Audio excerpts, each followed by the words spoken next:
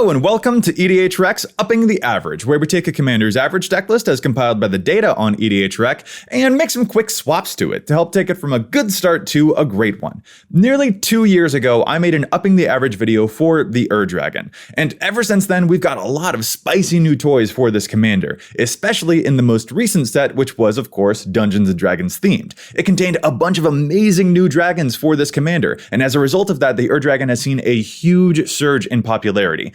And I've also been inundated with tons upon tons of requests to revisit the Dragon for an Upping the Average video. And yeah, I think now is definitely the right time to do it, especially because I realized my previous Dragon video didn't have a budget decklist option. So let's get back to it. This is an Dragon Upping the Average Redux. Do I even have to introduce this thing? The Dragon is spicy, startling, scary, and wonderful, offsetting everyone's expectations of draconic tempo with a seriously wicked eminence effect, and an even scarier draw-free play effect if it happens to stick around. This commander gets new toys in almost every single set. Big, cool, mythic, and rare dragons are a hallmark of nearly every Magic product release, but Battle for Baldur's Gate really did send this one into overdrive. Plenty has changed for this commander over the last 2 years, but plenty has also stayed the same, so let's go ahead and grab Dragon's average deck list from the average deck feature, import it to the Archidekt deck building website, and see what this scaly lord is up to these days. As always in this series, any swaps we make to the official list must either keep the total price of the deck cost neutral or else help lower the overall cost of the deck.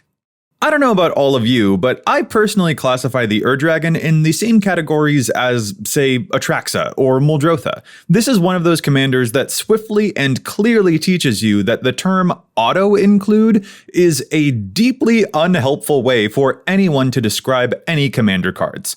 Like Atraxa or Muldrotha, this commander is just bursting at the seams with cards that it wants to play, and it just cannot fit all of those good synergies into the deck. Cutting cards for this deck means that we're choosing between cards that are A pluses and cards that are A++++. Anyone who calls any card an auto-include for the Dragon also needs to take into account the 300 other auto-includes for the Dragon. This commander desperately wishes that it could play a 200-card deck. Now, this is a Redux video, but I still want to cover some signature cards for this commander. This average deck has tons of cost reduction and at least 15 mana acceleration sources to get these big creatures out ASAP. And honestly, once they're in play, they do a lot of the work themselves. Atarka, Kolaghan, Udvara Hellkite, it's surprising just how much these attack triggers will stack up. And they get out of control very fast, especially since the deck really loves its haste enablers. The deck also contains a lot of additional card advantage to help out with all of those big creatures hitting the field, which is a really nice touch. I'm really glad to see that in this list. Then the new Baldur's Gate dragons are putting in a ton of work too, especially Miram. Ancient Gold Dragon even makes fairy dragon tokens. A lot of these dragons make tons of mana, which is noteworthy for combos like the Hellkite Charger. And lastly, rounding things out, Scourge of Alcast, Crux of Fate, and Hellkite Courser are my personal favorite MVPs in this list. Scourge can absolutely win the game just with that effect. And Courser can temporarily cheat out the Dragon for a huge swing and a free dragon drop as early as turn 4. So, to business. We've got 2 parts to this video. First, we'll make a few small changes to this current list, and then we'll give this deck list a budget makeover as well. No time to waste, we're jumping in. So here's a fun behind-the-scenes detail for you about these videos. In this first section, I'm only going to make a total of 4 swaps. 4 cards in, 4 cards out. And that doesn't sound like a whole lot, but it took so much time to try and put this video together because of just those 4 swaps. Evaluating just minor decisions like this actually sometimes takes the most amount of time, and folks who have a deck that is this juiced up like we see the average deck list can probably resonate with that experience. Making a lot of big cuts is sometimes easier than making just a couple of 1-to-1 card choices. So just keep that in mind, because this deck is absolutely stacked. Cutting cards from this deck is so tough when it's this tuned up. Every time I think of a card that I want to add, I look for what I would cut to make room for it, and dang it, I just don't want to cut any of these cards. But I'm going to try, because Lurking Predators is my favorite card for a deck that has this many huge creatures. It's approximately $5 right now, I think, and it's worth every penny. Whenever opponents do things, we get a chance for free dragons. That's absolutely stunning. So what card do I try to cut to add this in? Well, it hurts my necromantic heart, but I think I actually go with the new Ancient Brass Dragon. I really like the new Dragon Cycle, and the Jeskai colored ones are especially good, but this one has the greatest chance to whiff, and the greatest chance to not have any action in the graveyard to return in the first place, especially earlier on in the game. In fact, that's actually why I'll probably end up cutting Teneb from this list as well to make room for other cards that I really want to stuff into the 99. Both Brass and Teneb can be really good dragons later on, but early in the game, they do leave a little bit to be desired. I'll restate here that the only reason I'm cutting these is because of how souped up this current deck is. You'll see some of these cards come back in the budget section in part 2, in fact. It's really only when decks are this tuned up that cuts like this get so difficult. And if you're wondering why I'm okay with cutting some of the graveyard dragons, it's because I would like to add in a more massive graveyard spell. Patriarch's Bidding is bonkers. And if we're gonna revive things from the graveyard, I want to do it reliably and en masse. Plus, some of the dragons with ETB damage effects make this card a game-winning spell. And best of all, this card doesn't have to wait a turn for Summoning Sickness to wear off before we can use its ability. Cutting dragons won't do unless we're adding more dragons in though, so I absolutely have to get at least one more dragon in here. Whenever I see Vevictus in a dragon deck, I know that I'm about to get dumpstered on. Removal every turn, potentially flipping free dragons into play while other people's blockers and key enchantments and huge artifacts get turned into lands, and all for 5 mana total because of our Eminence ability. Vevictus makes it hard for any opponent to keep any big threat in play. This card is hilarious and extremely powerful. Get it in here, stat. Alright, now I guess it's time for me to light the comment section on fire. Whew, I think that once this deck is this tuned up, Sarkhan might be the next thing to go. Look, I'm not happy about it, but when I look at the other dragons and these other support spells, this Planeswalker here feels like it maybe needs the most additional help and extra time for it to truly perform. It can make a creature token, but that's a weird amount of mana for just a 4/4, and that +1 ability is really cool, but also kinda small. And this deck doesn't do small. This deck goes aggro, and defending a Planeswalker isn't really in line with that MO. Now, that ultimate ability outright wins games, it's true, but it's also kind of hard to get to. If you're playing Sarkhan because he's thematically awesome for a dragon deck, I do not blame you, I would do the same thing. My message here is only that you don't need to go out of your way for this card, I guess. And I know I sound like a broken record, but again, this is only a cut that I feel is worth making when the deck is this tuned up. Alright, that was 3 cuts and 3 additions, and here's one final swap that I want to make, but I'm even more conflicted about it. But dang it, I really want to get a Bower Passage into this deck. Nearly all of our creatures have flying, and this enchantment says that creatures with flying can't block our creatures. So basically, nothing can block our creatures except something with reach? Yeah, that's amazing. But then when I looked through the deck list to try and find a card to swap this out with, I feel horrible saying it, but I think the answer is Crucible of Fire. When I ask myself which of these 2 enchantments is going to help deal more damage, the 2 mana basically unblockable enchantment is the one that gets the win.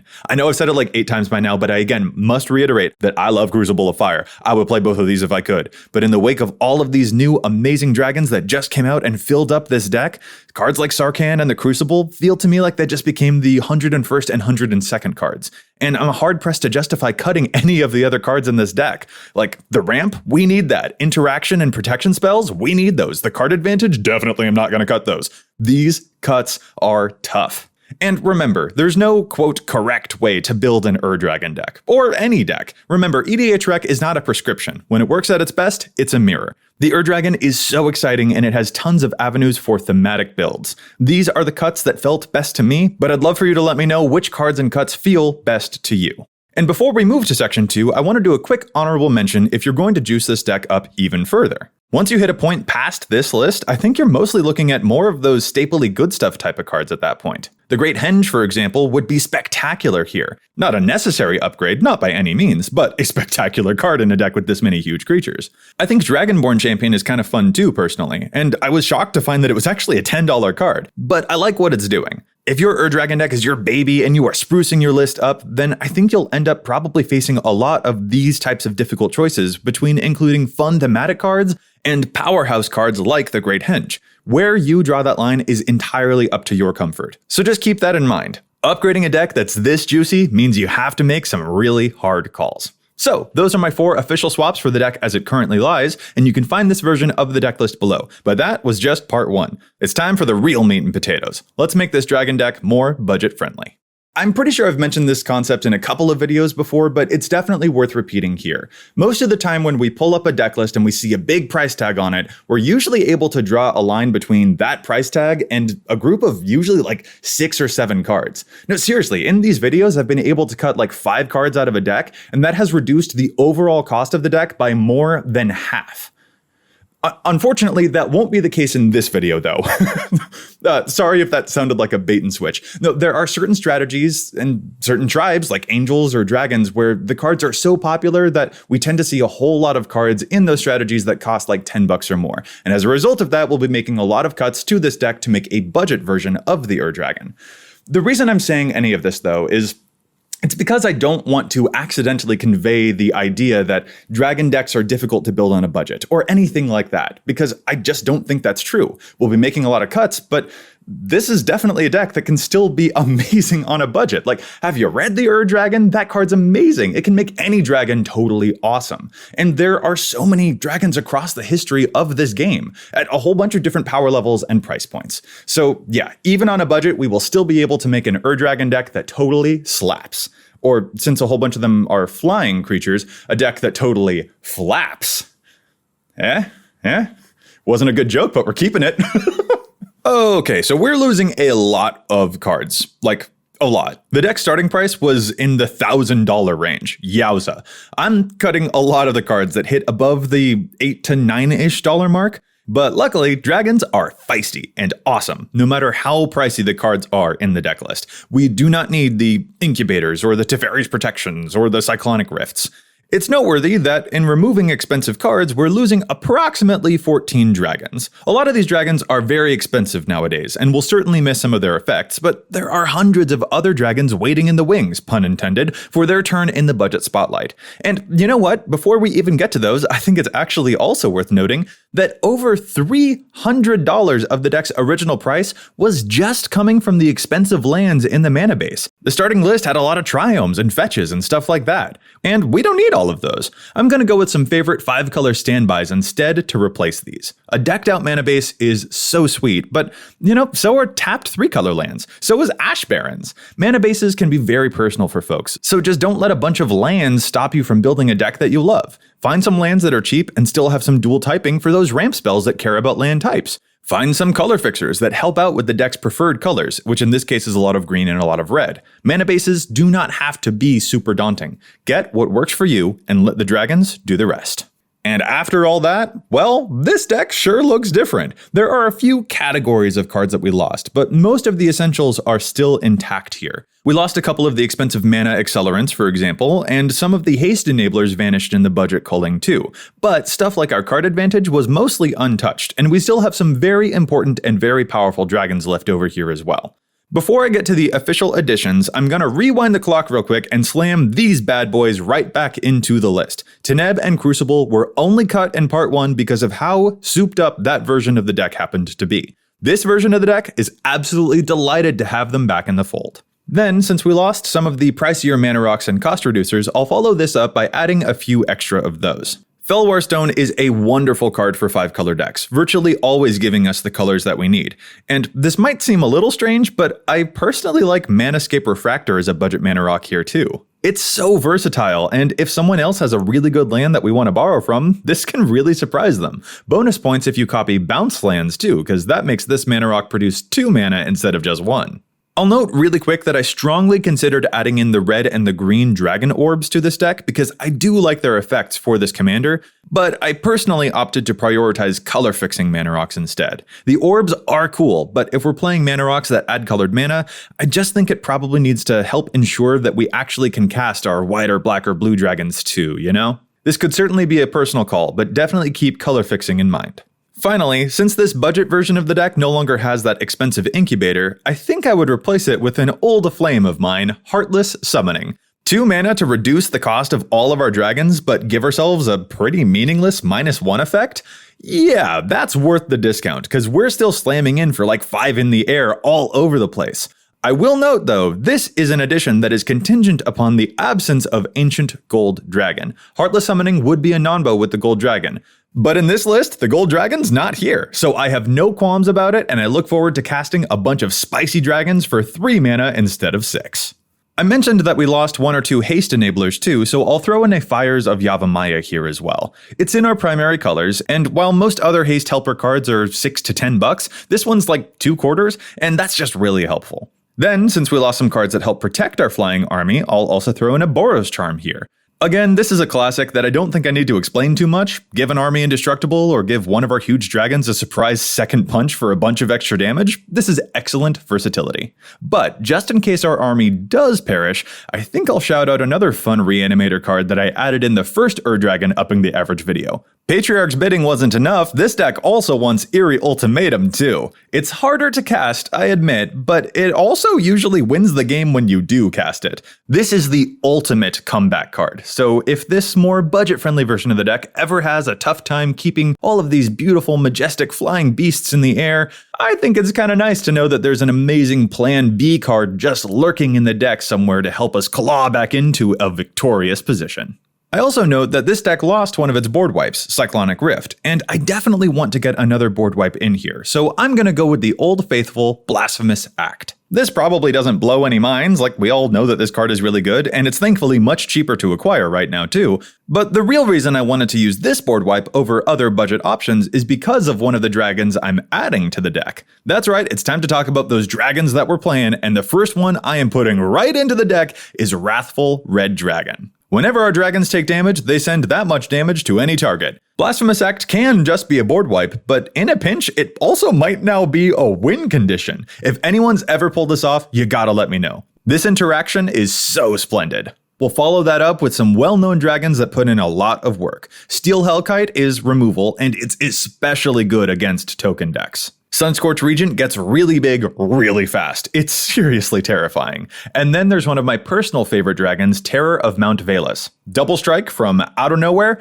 Yes, please. If you time it right, this card is lethal. And if it happens to drop into play off of an Dragon trigger mid-combat, it gets wild.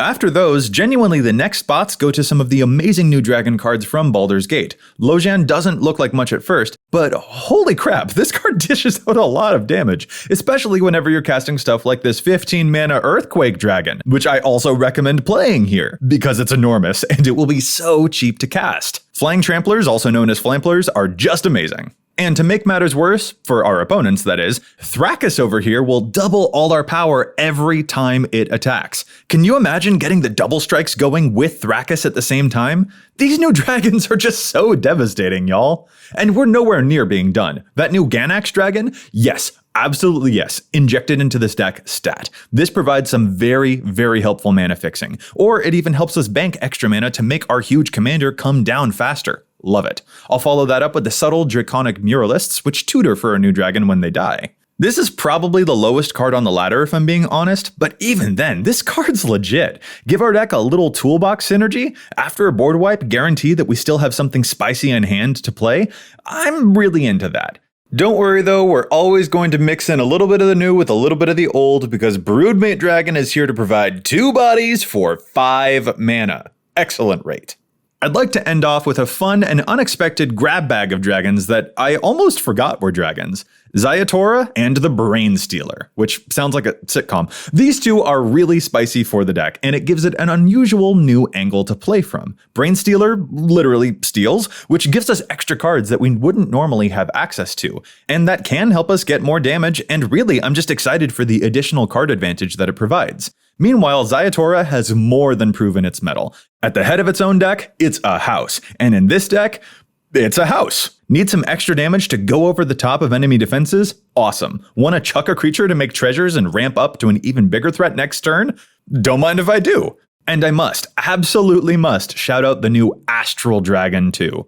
This card is absolutely being slept on. This effect is so powerful. Have you ever seen it go off? It is so good. 2 creature versions of any permanent on the battlefield, and it costs 7 mana instead of 8 because of Dragon's Eminence. This floods a board and immediately alters the game when it hits play. Watch out for this card. It's the truth. Dragons like these have a lot to teach us about versatility. Don't let the words dragon tribal trick you into thinking that this deck is simple, because there's nothing simple about it. This deck is surprisingly super crafty.